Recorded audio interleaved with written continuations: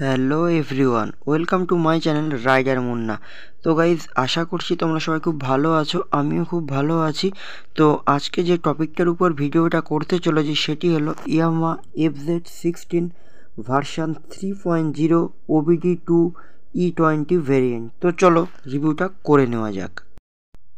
কালারটা দেখে তোমরা বুঝতেই পারছো, একদম 2024 এডিশন। তো সবাই দেখে মনে করবে যে FZ ভার্সান 3 বা FZS ভার্সান 4, বাট এটা FZS ভার্সান 4 নয়, FZS ভার্সান 3ও নয়, এটা হচ্ছে FZ16 ভেরিয়েন্ট। একদম সেম ভার্সান 3-র মতো দেখতে, বাট কিছু কিছু চেঞ্জেস আছে। তো ফ্রন্টে তোমরা পেয়ে যাবে 140/60 সেকশনের 17 ইঞ্চ অ্যালয় হুইলের সাথে 282 mm এর ফ্রন্ট ডিস্ক উইথ ABS-এর সাথে তোমরা ফুল ফ্রন্ট হুইলটা তোমরা পেয়ে যাবে। এবং সাসপেনশনের উপরে দেখতেই পাচ্ছ ইয়ামাহার তোমার ব্র্যান্ডিং করা আছে, এবং মডগার্ডটা খুবই সুন্দরভাবে ব্ল্যাক কালার ম্যাট ভেরিয়েন্টের সাথে। ফ্রন্টে যে সাসপেনশনটি ইউজ করা হয়েছে সেটি হলো টেলিস্কোপিক ফক অ্যাডজাস্টেবল সাসপেনশন। তো ভার্সান 3 এবং version 4 standard plus deluxe model সবইতেই সেম ভেরিয়েন্টের সেম সাসপেনশন ইউজ করা হয়েছে। ট্যাঙ্ক সাইড ভাইজারে তোমরা FZ ভার্সান 3.0 লেখাটা তোমরা দেখতে পাবে, কিন্তু পাশে কোনো FZS-টা থাকবে না। তো তোমরা বুঝতেই পারছো এটা FZS নয়, FZ ভার্সান 3.0। এবং যেটা চেঞ্জেস আছে সেটা তোমরা দেখতেই পারছো, ট্যাঙ্ক প্যাডের যে ক্যাবিনেটটা আছে, ক্যাবিনেটের যেটা FZS ভার্সান আছে সেটা কিন্তু স্টিলের ক্রোম দিয়ে করা, আর এটা কিন্তু নর্মাল তোমার ফাইবার দিয়ে করা। তো যে জালিটা আছে তোমরা দেখতে পাচ্ছ ট্যাঙ্কের ওখানে, ওটারই শুধু চেঞ্জেস আছে, বাদবাকি কিন্তু সব কিছু সেম। তো হ্যান্ডেলটি নর্মালি পাইপ হ্যান্ডেল ইউজ করা হয়েছে, FZS ভার্সান 3 বা 4-এ যে হ্যান্ডেল ইউজ করা হয় সেম হ্যান্ডেলই ইউজ করা হয়েছে।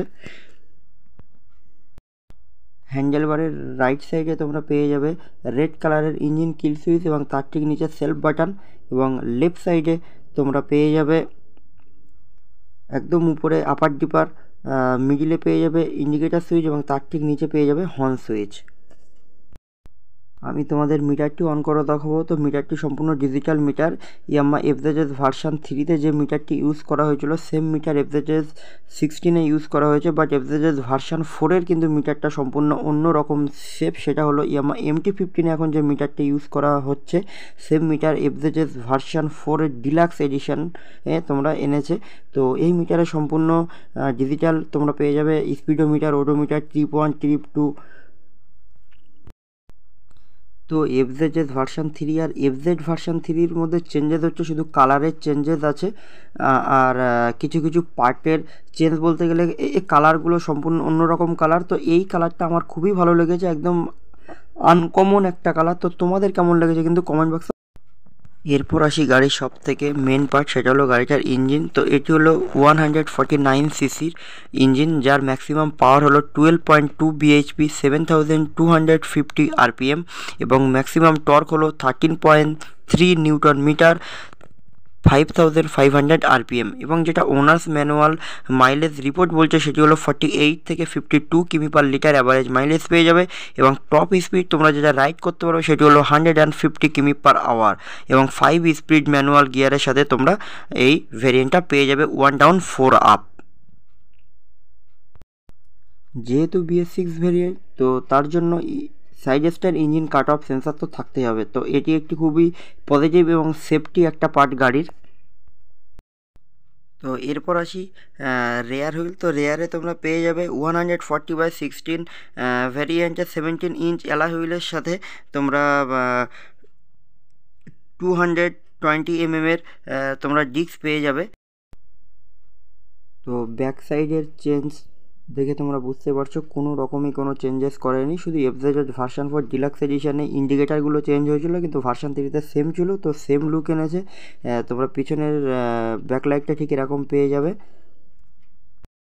তো FZ16 ভার্সান 3 এই ভেরিয়েন্টটা তোমরা দুটো কালারে অ্যাভেলেবেল পাবে, একটা হচ্ছে মেটালিক ব্ল্যাক আর একটা হচ্ছে ম্যাট সিয়ান ব্লু। তো আমি তোমাদের যে ভিডিওটা দেখাচ্ছি যে গাড়িটা, এটা হলো এই যে কালারটা, এটা হলো ম্যাট সিয়ান ব্লু। তো এই কালারটা আমার সবথেকে বেশি অ্যাট্রাকটিভ লেগেছে ব্ল্যাকের থেকে।